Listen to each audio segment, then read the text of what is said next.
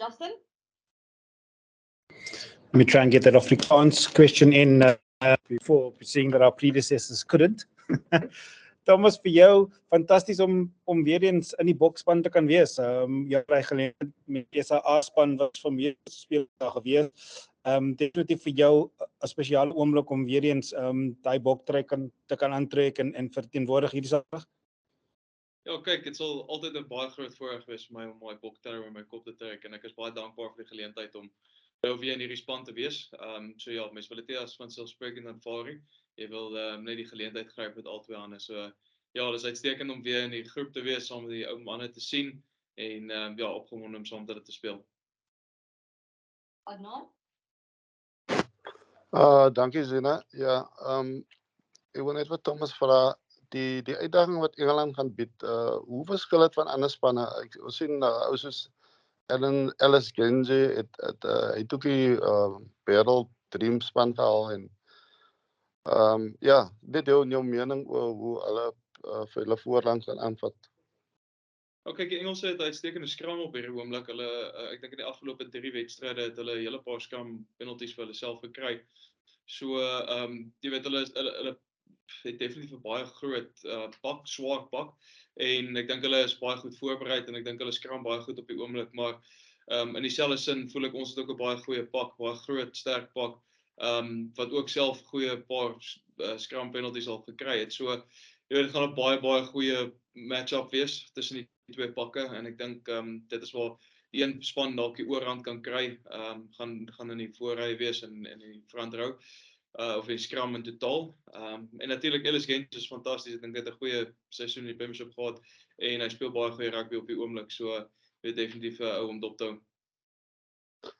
Ja, net 'n opvolger op die feit dat julle nie 6-2 op die bank het, gaan dit dalk 'n verskil maak dat die ouens 'n bietjie langer moet speel verder met druk in hy wedstryd. Eerlik moet te wees, ek maak glad nie die subs nie, so ek sal nie vir jou kan sê nie. Ons het glad nie daaroor al gepraat nie. Gewoonlik gebeur dit maar so op game day. Okay. Can we just take a couple of questions from here and if there's time afterwards just to hop back online? Hendrik? Thomas, ek het gesien met Bradford het gepraat oor wat hulle van die boks agtal kan verwag spesifiek. Maar jy het ook 'n bietjie daai kennis wat hoe Matt afrig en wat daai Engelse span met hom as skram afrigter kan bring. Ja, kyk wat is duidelik 'n bietjie van 'n voordeel wat hy het van ons, maar ek dink 'n voordeel wat ons het van hom ook. Jy weet hy was in hierdie omgewing gewees vir 'n baie lang tyd, so hy weet so wat maak die ouens tik en dit is 'n voordeel wat hy het. Maar dit beteken nie ons dis dieselfde as wat dit was toe hy laas keer hier was nie. Jy weet almal het vorentoe gegaan en beter rugby spelers geword en ek bedoel dis nou al 3 jaar, 4 jaar later. So ja, definitief 'n voordeel, maar ja, ons is goed voorberei. So what did you learn from being the senior player in the SA group, and what did they teach about the steps back that you need to take to command a regular place in the box side where there's so much competition around? Yeah, definitely learned quite a bit. You know, being in that leadership role, it's obviously a step up from being the Sharks captain. You know, it's a bigger environment. You know, there's a bit of variety in the players that get selected. So it was definitely a challenge. You know, being the leader for a different group of people coming from different backgrounds. But it was really fun. I really enjoyed it. And what was great is I had quite a few guys that were previously in leadership roles that really helped out quite a bit. So that was great. But I think everyone then understands and knows the fact that when you get to this level, there's a step up.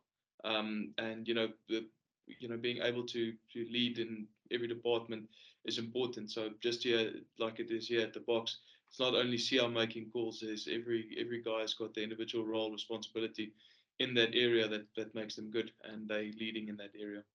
And when you feel that those bigger benefits of SAA tours will come in, because there has been not call an outcry, but a slight complaint about the fact that the games were won against teams that looked weaker but were far more cohesive. How important is patience and just looking at the bigger picture when it comes to getting those SAA results, not just the results, but making sure that player development is prioritized over results? Yeah, listen, I think the reality is we're learning in the process as well. We're learning that we need to have a bit more time together as a team. You can't just necessarily just throw a team together and expect different good results. Not always, but we definitely obviously can strive for it. It's definitely been a good opportunity, a good platform for a lot of the guys to put up their hands. And the reality is everyone had an opportunity to really put up their hand and show the Bok coaches that they're here to mean business and they want to get into this lineup. Talking of opportunities, how big an opportunity is Saturday to sign off the year on a high? It's a massive opportunity. I think, this is going to be the last time we're going to be together as this group for, I think, 6 or 7 months. So, it's very important to have that in the back of your mind that you played a good game and hopefully got the result. And how big an opportunity is it for you personally as well? And you mentioned some of the things about, leading the 80, but have you come back into this camp kind of from that experience? I think so, yes. I think the confidence part that I'm taking out of it is the fact that I actually played. I've got some good game time under my belt, especially with the URC. And then not necessarily having a gap of rest, but being able to play, especially with the SAA side. And although we didn't get the results, it was still the opportunity to get game time and to play with on a different level. So yeah, I'm taking this as a massive opportunity for myself. I last played against Wales in the second test. So, again, you don't take it for granted. You take it with both hands.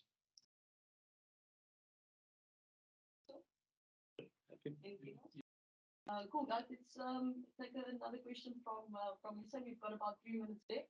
Adnan?